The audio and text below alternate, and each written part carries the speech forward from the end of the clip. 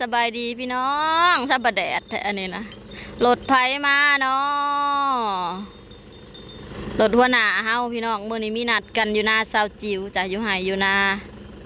เต็มรถ ฮักก็ออกมาฮอดพอดีไอ้บอยก็มาฮอดพอดีเลยจ้ะซึ่งปนีมาปนีมานำหลังเพิ่นเว้เอาอันโต๊ะปิกนิกอยู่เฮือนกับหมองหูลวดยัง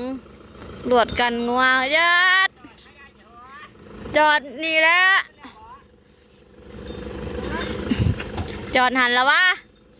ยับมาผิดก็ได้บัดเลยเฮาสินั่งใช้บัดนี้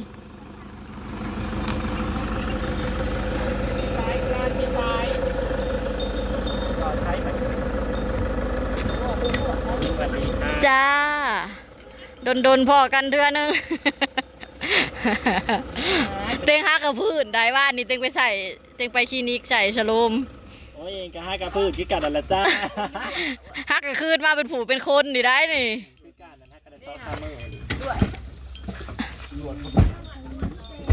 อีแม่มาบ่อีแม่บ่ได้มาฮะเอาเต็งคือบ่เห็นเราไม่ใช่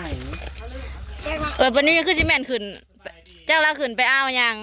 ปลาทั่วหนาเฮาขึ้นเขาก็บรรยากาศเถอะมันร้อน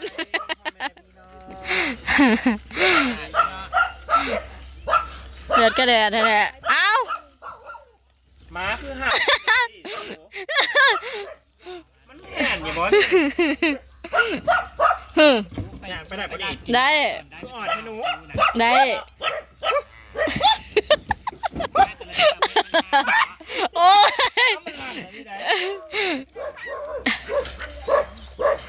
วันนี้จะขึ้นไปเอาอย่าง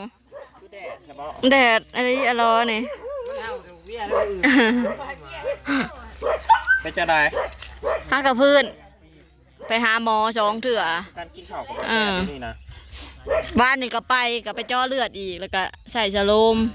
ทักยาจังคืนมาเนี่ยมีแห้งเนี่ยพอดีมันเป็นถิดระบบชี้หามือระบบเป็น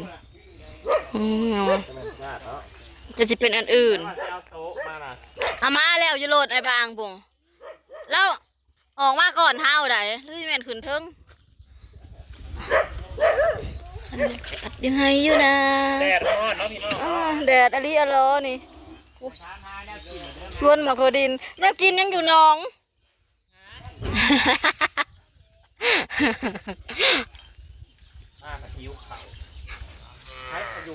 มันบ่ายเลยเนาะ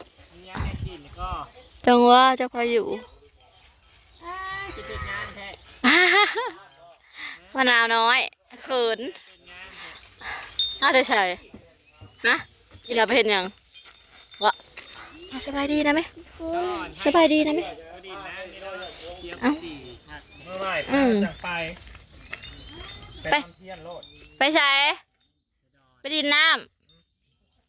เฮ้ยก็อยากไปได้ก่อนไปเกาหลีอ่ะกินน้ำกระท่อมกันอยู่กลางดอนเทียนผม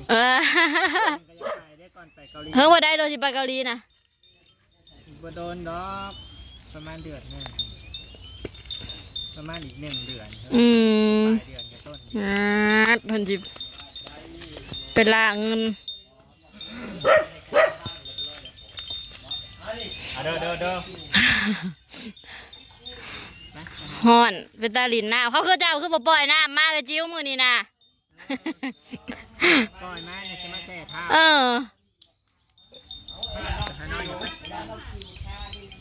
มาแล้วคันที่ 2คันที่ 2เด็กๆมาโยกโต๊ะลงมาลูกหลานมาโยกโต๊ะลงมาโยกโต๊ะลงมาไล่ตากันมาโยกโต๊ะลงมาเร็ว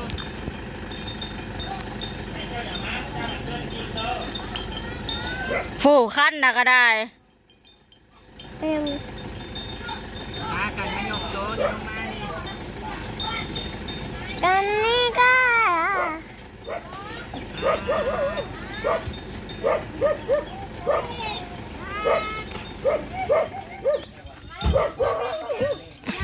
เนี่ยคือ โลนนะนะ เพิ่นบวชบ่มื้อนั้นนะ แต่ว่าอันมาพี่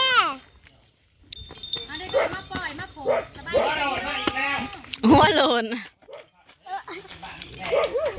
เออ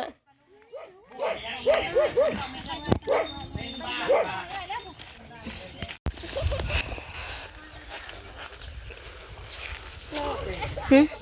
ผู้หัวกะหัวมันเลี้ยวเบิ่งคนมาได้ซ้ายหลายเด้ ยังไงล่ะอยู่โลมันหลุดเอา30ไปเหลือเท่าไหร่เหลือ60จะประมาณ50 ไม่ยังน้ำหนักน้ำหนักเป็นยังคือรถอีแม่ สวัสดีค่ะ เป็นอะไรช่วงนี้คุณแม่คะ อุดมสมบูรณ์กินข้าวแซ่บนอนหลับ อื ค่ะ ม แต่โบอุดมแน่หนึ่งค่ะ เป็นอะไร ทำมาผลิตผัดผัดผัวไปดูแลผู้ป่วย เออ มีคนป่วยเลยก็เลยว่าบ่ได้อยู่กับผัวอุดมสมบูรณ์ไปได้หักเบิกก็เลยต้องมานอน เออเฮ้ยยังได้มาอยู่ โดยเดี๋ยวมาอีกแล้วบอกได้ เอ้ยพอวันใหม่มาเลยหมากแตงโม แม่ขอวัน พ ไหน อวันใหม่มาแล้ว มาถอดผ่าน้องๆนี่ ที่มากเดียวบอกค่ะแล้วกูจะเอาลงได้เลย ลุงพางแล้วสิโจมเต่าลงได้บ่เนี่ย ยับเล็กๆยับเล็กมะนาว นี่หมอกจับมา ดูกูกับเจ้าเตาแล้วลงก่อนโอ้ย ใช่ค่ะน้องปลาพี่น้องเอ้ยปลาสิปิ่งก็ยังอยู่น้อง มาใส่หม้อนี่นะ ปลาสิปิ่ง มากแต่มือนั่นนะก็นี่เอ้ยปีนี่นะ แม่นแต้วบ่ได้หอดปลาพี่น้องเอ้ยพอวันใหม่ น้องเราจะเปลี่ยนน้อง น้องได้บัด จะเป็นน้องน้อยเรา น้องเจ้านะไปเอาวันนี้นี่เคี้ยวอันนี้เอาปลานินน้องหน่อยไอ้บางมันจะเบิ่ง หนึ่งบ่หมดเด้อลูกเด้อคุณพ่อขึ้นรถนี่หมดเบิ่งมั้ย บ่ได้ มันน้องใหญ่มันขาวส้นราดเครื่องดื่มเสมอ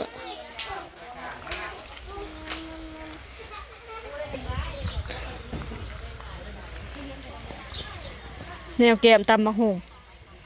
นั่นมีคนนั่นแป้ง